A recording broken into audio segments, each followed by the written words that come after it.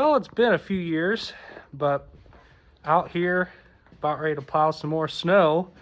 Not much has changed with the setup of everything, but when we get to having more than 6 or so inches of snow, it gets to be where we got to move some stuff. So getting the 2640 John Deere out of the barn today.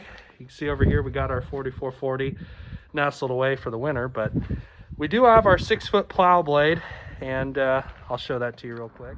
As you can see, we got our Samson plow blade, old as can be, and the new addition would be the quick hitch. I hooked this up yesterday and had some trouble getting it adjusted, but got it sorted out. We got our 2640 1978 John Deere, just recently gone through.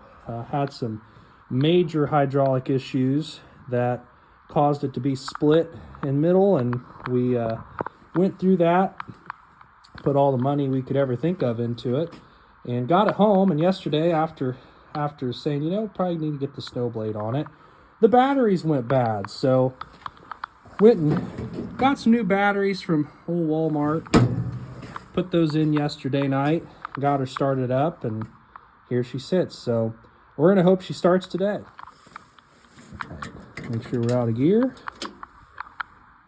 Glow plugs. Need to go get some diesel for it.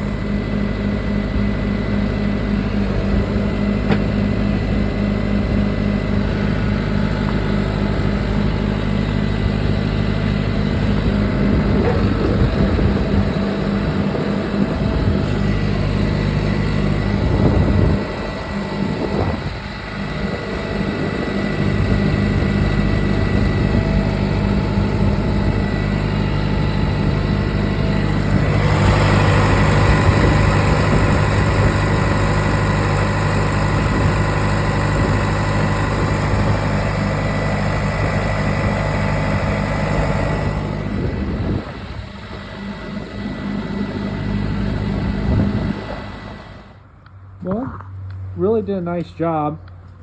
We went through and did quite a bit of work to this tractor over the off season.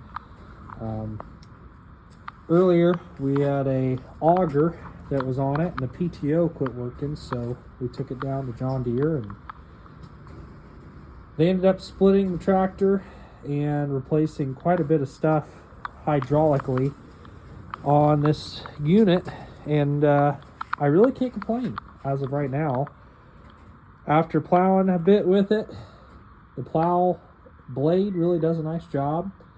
You know, it's kind of a pain when you get going into heavier snow and it gets up behind your tires. Of course, having tires that aren't original to the tractor would probably help.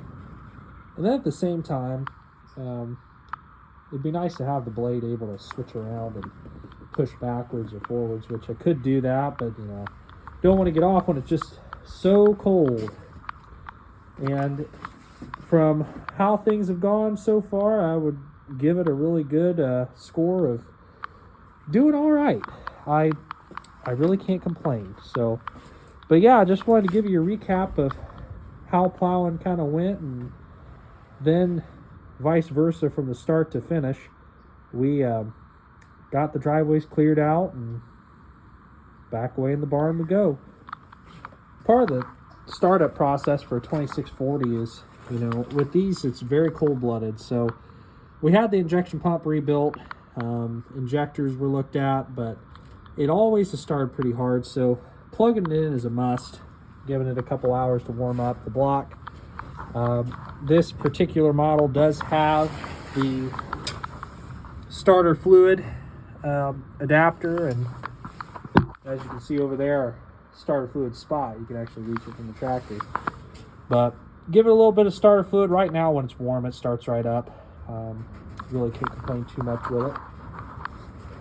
And then shift pattern, I typically run this tractor, as you can see here, it's got high and low, which is 1 and 2. But for plowing snow, I'll go usually 1-4. I mean, 1-3, 1-4, depending on the snow. And then road gear. This one, 8th gear, you got to get some speed going to really get going. You don't want to start necessarily in 2-8. You'll burn the clutch.